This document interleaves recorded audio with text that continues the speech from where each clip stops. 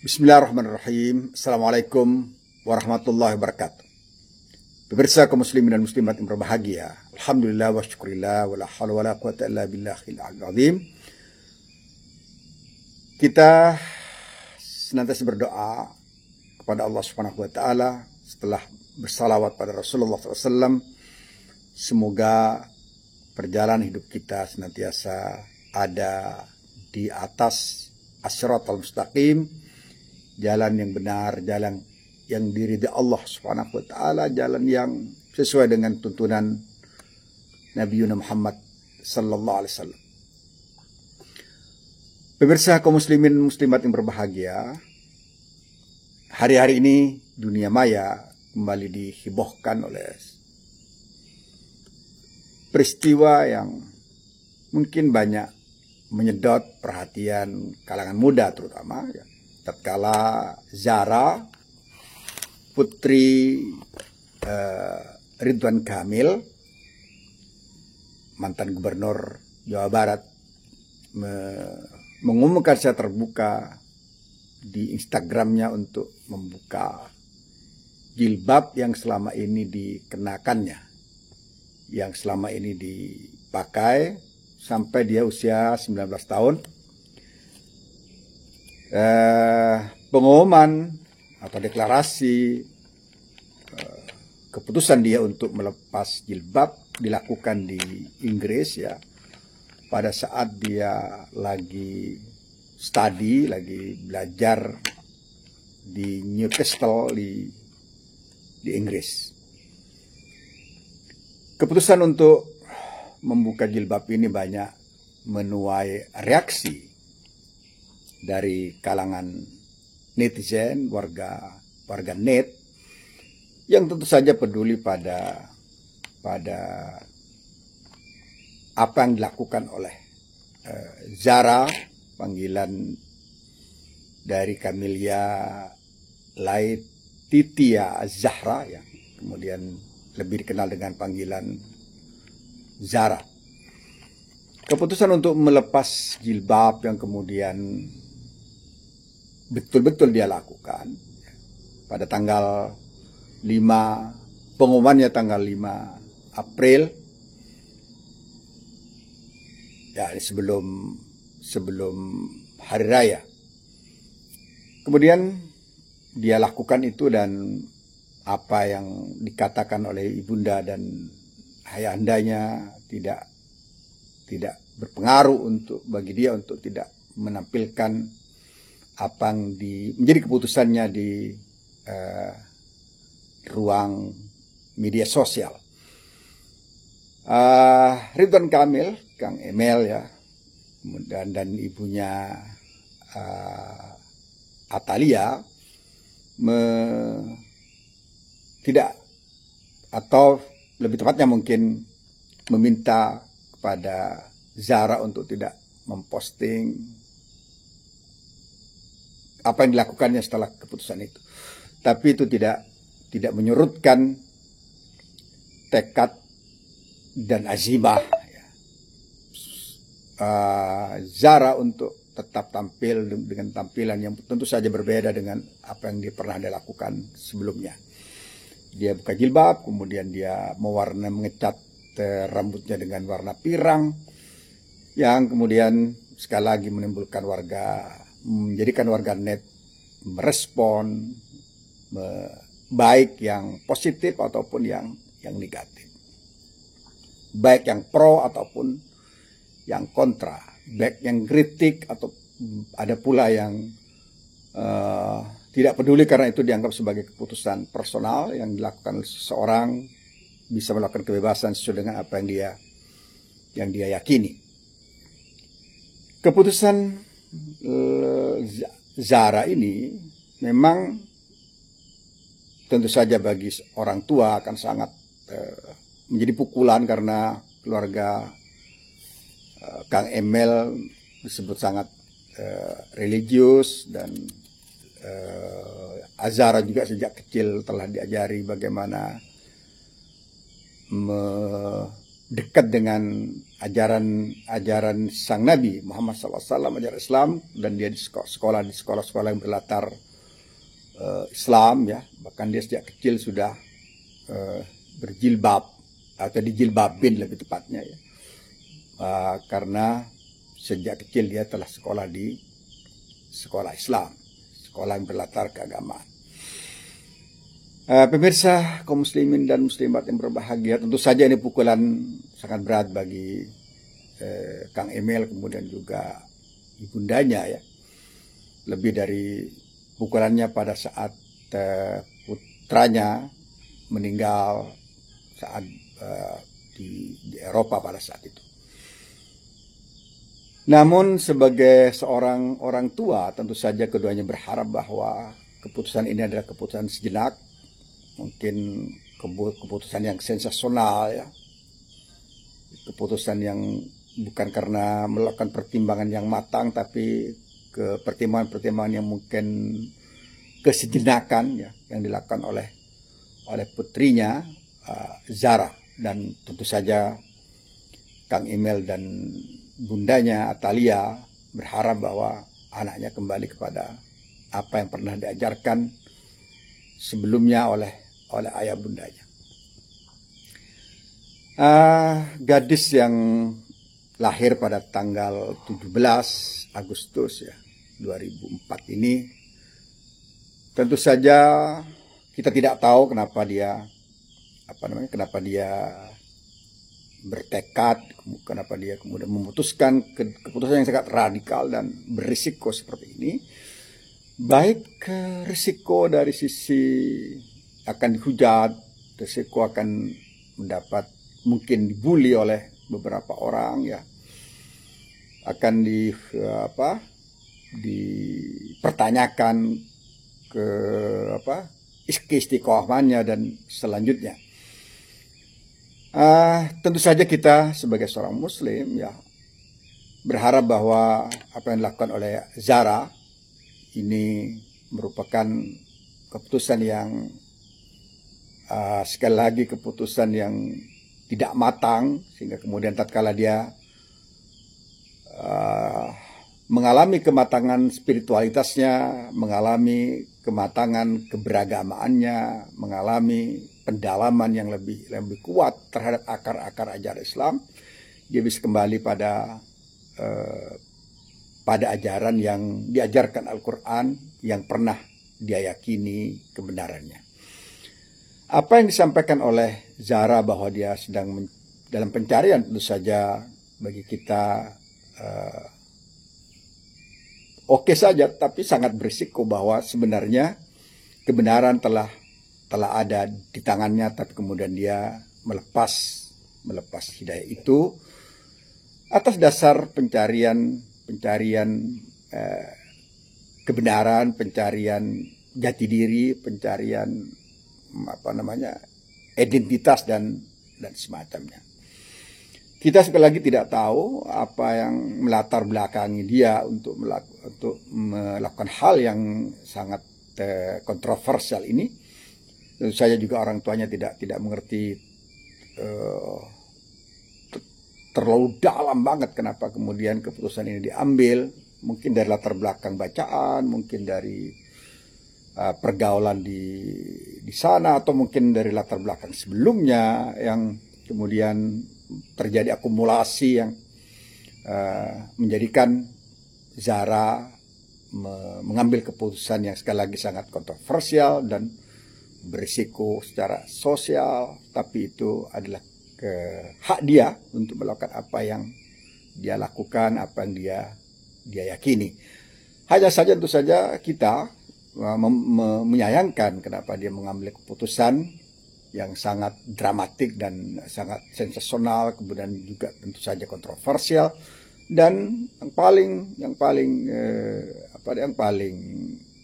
berat adalah menjadi beban religius, menjadi beban mental, menjadi beban psikologi bagi orang tuanya, karena mereka juga terkejut dan tentu saja tidak menyangka bahwa anaknya yang belajar di Inggris kemudian mengalami perubahan persepsi, perubahan angle cara beragama yang pasti Kang Emil dan ibundanya yakin bahwa dia aman karena dia telah memiliki fundamen yang cukup kuat ditanamkan sejak kecil bagi sang anak.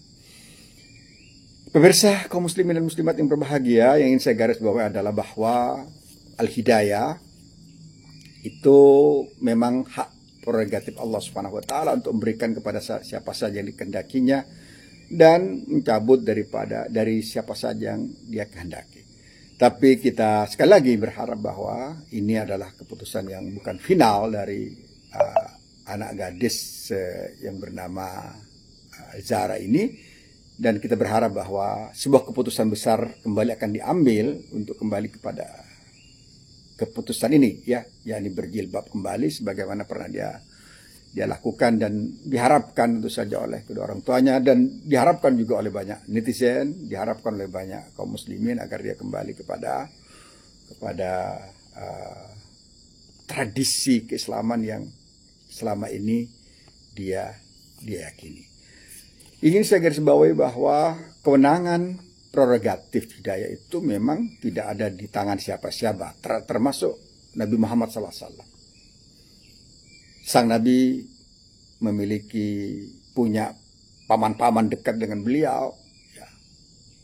Namun beliau tidak mampu untuk mengubah jalur hidayah yang oleh Allah Subhanahu wa taala telah ditentukan. Allah Subhanahu wa taala mengingatkan kepada Rasulullah SAW bahwa tatkala beliau rada ngotot agar Abu Talib pamannya bisa terislamkan, tapi ternyata sampai ujung hayatnya disebutkan bahwa beliau tidak masuk Islam, ya. Allah Subhanahu wa taala kemudian berfirman, innaka la tahdi man ahbabta walakinnallaha yahdi man yasha.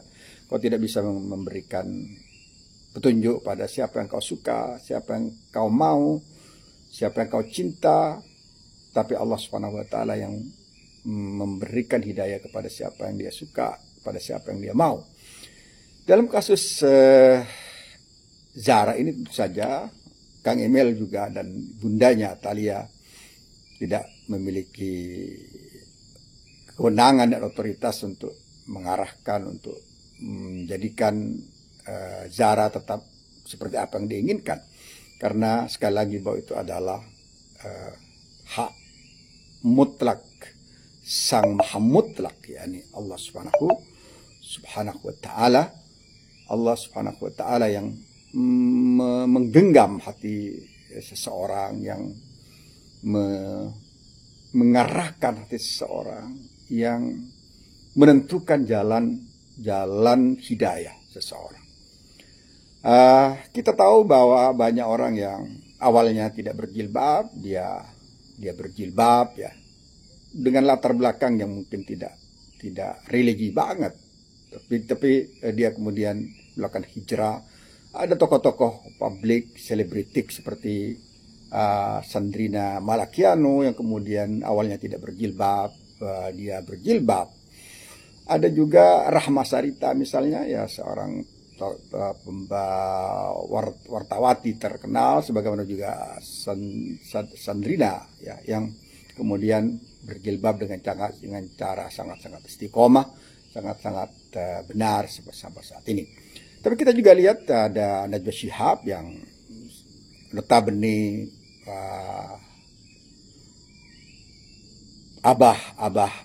abahnya adalah seorang tokoh muslim sangat terkenal, seorang tokoh muslim yang kita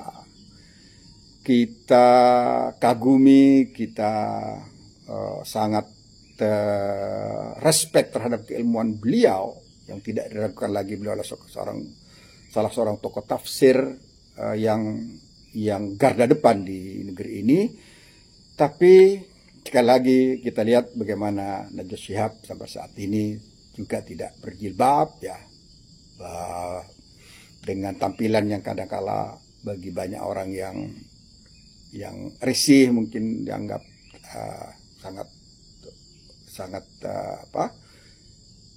sangat tidak menggambarkan bagaimana seorang anak Pak Quraisy yang rata-rata yang secara umum kita ketahui beliau adalah tokoh publik, tokoh agama, tokoh ilmu tafsir, mufassir kelas kakap, garda depan keislaman. Tapi sekali lagi kita lihat bahwa Pak Quraisy tidak bukan saya tidak menyatakan tidak mampu, tapi beliau memang tidak memiliki otoritas untuk menjadikan anaknya bisa berjilbab sebagaimana diinginkan oleh banyak netizen, karena hidayah sekali lagi ada di tangan Allah Subhanahu wa taala, di tangan Sang Maha Kuasa. Kembali kepada apa yang terjadi pada Zara. Semoga dalam pencarian yang panjang dia mendapatkan bahwa keputusannya adalah keputusan yang tidak sepenuhnya benar, bahkan keputusan yang sebenarnya dia ambil terlalu terburu-buru untuk menyatakan bahwa dia melepas jilbabnya. Dan semoga apa yang dia katakan bahwa dia akan berjilbab karena keputusannya sendiri, karena penemuannya sendiri, karena dia telah mendapatkan jati dirinya, itu betul-betul terwujud dalam waktu yang sesingkat-singkatnya. Dan kabar baik seperti inilah yang kita tunggu, dan semoga bacaan-bacaannya juga bacaan-bacaan yang mendekatkan dia kepada hidayah, kepada keislaman yang lebih kental, keislaman yang lebih kuat, keislaman yang lebih istiqomah dan seterusnya. Sekali lagi mari kita minta kepada Allah ya. Sebab ternyata usaha kita juga, apapun yang kita lakukan, segala usaha apapun yang kita kerjakan kadangkala tidak sesuai dengan apa yang kita inginkan. Tapi Allah tahu harus bagaimana memperlakukan hambanya, memperlakukan makhluknya yang tentu saja sesuai dengan kemampuan, sesuai dengan kehendak dan iradah serta kudrat Allah Subhanahu wa taala, untuk menunjukkan bahwa kita tidak memiliki apa-apa, kita tidak memiliki kekuasaan apa-apa, kita tidak memiliki otoritas apa-apa. Yang otoritas adalah otoritas tunggalnya ada di sisi Allah Subhanahu wa taala, terutama dalam hal hidayah. Mari kita berdoa agar keluarga kita menjadi keluarga yang senantiasa ada dalam hidayah. Kita berusaha sekuat mungkin memberi mereka cercah cahaya kebenaran, memberikan jalan, membuka jalan hidayah kepada mereka, memberikan pendar-pendar keimanan, mengokohkan akar-akar akidah yang ada pada anak kita. Tapi sekali lagi bahwa hidayah ada di tangan Allah. Yang kita minta adalah Allahumma hadina wa hadibina. Ya Allah, berikan hidayah kepada kami dan jadikanlah kami seseorang yang menjadikan orang lain mendapatkan hidayah dengan wasilah kami. Kau Maha Pemberi hidayah, al-hadi ila sawa'is sabil. Kau adalah zat yang memberikan hidayah kepada jalan yang sebenar-benarnya, jalan yang sebaik-baiknya, jalan yang lurus. Ihdinas siratal mustaqim. Kita jadikan peristiwa yang terjadi pada Zara ini sebagai introspeksi kita sendiri. Kita perkuat keimanan kita, dan dengan kekuatan keimanan kita ini semoga pancaran keimanan kita masuk ke jiwa anak-anak kita, keluarga-keluarga kita. Sekali lagi mari kita berdoa agar Zara kembali mendapatkan identitas dirinya yang mungkin lost secara sementara ini, dan dia dapatkan sebagaimana diharapkan.